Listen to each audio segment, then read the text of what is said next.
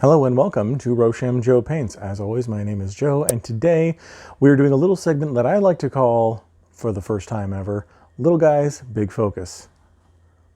It's a working title, but it has meaning to me. So anyways, today what I'm going to do is, instead of putting the entire segment into an hour-long video that you might miss, I'm going to attempt to make about a 5 to 15 minute video somewhere, which just focuses on doing one aspect of the model, explaining how I did it and showing you some of the results. Hopefully that sounds interesting. Today what we're going to be doing, the very first one, is the muzzle burn effect that goes on like flame type weapons. So in this case, I'm going to be painting the Eradicator from the Indomitus box set, but I also redid recently my Aggressors, as well as I went ahead and redid the Redemptor Dreadnought's flame weapon on that one, because originally I had done just a bronze paint and left it there with a little bit of Agressors Earthshade as shading it.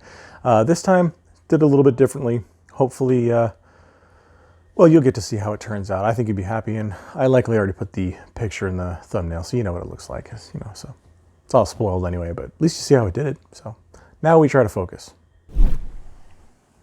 All right, so we can see here that what we have is a melta rifle from an Eradicator, and the end here is painted silver. Now, the overall, it says, I think fully painted now, all of the highlights done, and realistically you could put it on the model just like this, but the way that I like to finish these out is to give it a little bit of used look. And the way that I'm going to do that is I'm going to start with some SERAPHIM sepia shade, and I'm going to do the entire thing all the way, not this ring here, but just the entire front end, from back all the way to the front, 100%. Now, I'm going to give this a nice coat. I want it to turn a light bronze look. You know, I used to do these in Balthazar Gold, but then it started too bronze for my taste. So I played around with some different silvers and different shades and came up with this. So just a nice complete coat, doesn't have to be heavy. And make sure if it pulls at all, you want it pulling more towards the front of the muzzle, because that's where the color will get progressively darker. So start with that, let that dry, and then move on. With SERAPHIM sepia dried, we're now going to move on to some REIKLAND FLESHSHADE. Now this I'm going to give a little bit of dilution to, instead of using it straight out of the pot, just so we don't get a really harsh transition from one to the other, and that'll go forward with the rest of the steps. The application of this is the same as it's simply still just a shade, but I'm only going to put it on about half this time. So I'm going to start by dabbing it about halfway across the muzzle and then pulling towards the end again, to make sure that if it pulls, it's pulling down towards the end, where again it will be getting darker. You can go back if you would like. It's kind of like you're going to be playing around with this a lot, just personal preference. You know, do you want more darker color back towards the front or not? You could add, I'll probably add a second shade of REIKLAND FLESHSHADE, just to make sure it is, you know, it actually is seen.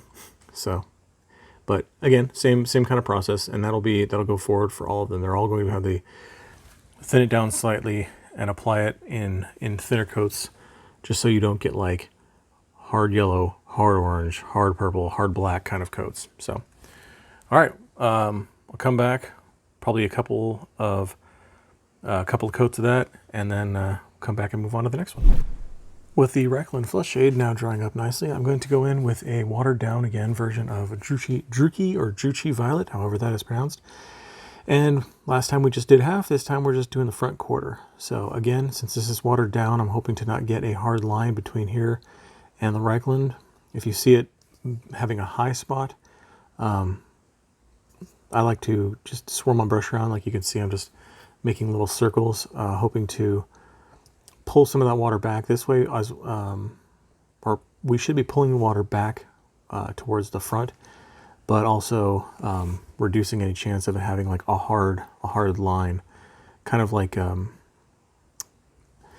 what do you call it? Erratic lines are better than one straight line all the way across.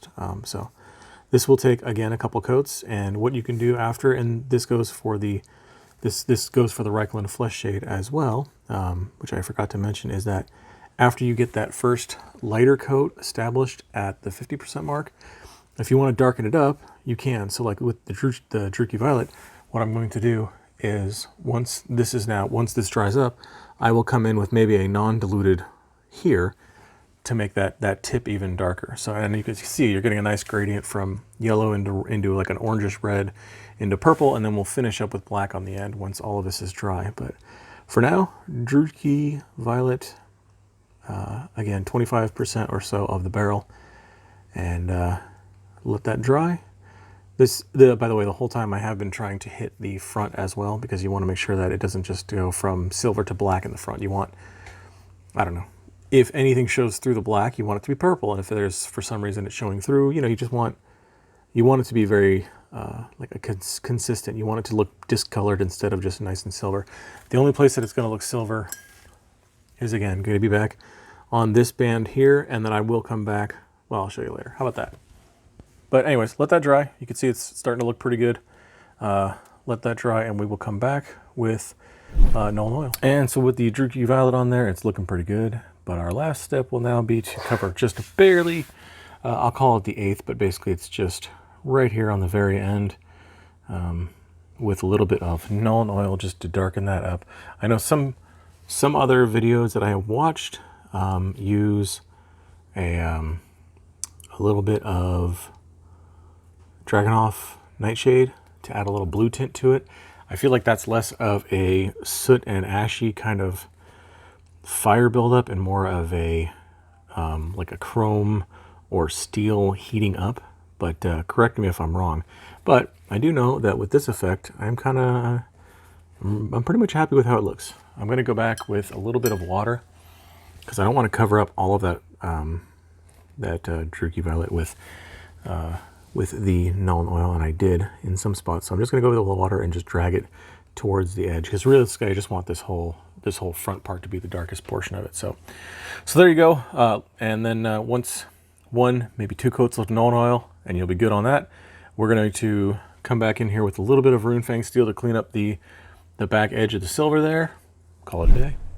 So we were going to finish up finally with just a little bit of an edge highlight back here on the very back where we did the original SERAPHIM sepia, just to make it a little shinier. I'm not going to do any of the edges over here because those ones have been burnt to a crisp, if you will. So something like that, and that should do it.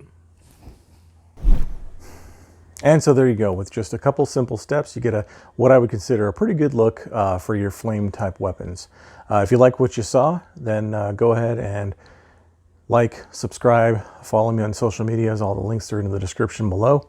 You know, if you have any requests for future content, or if you yourself have a better way of doing this, then go ahead and shoot me a message and let me know what you think and what I could have done differently. Until the next one, all I can say is hopefully I was under 1 hour and 15 minutes, but I haven't checked the tape yet. So anyways, all right, catch you next time.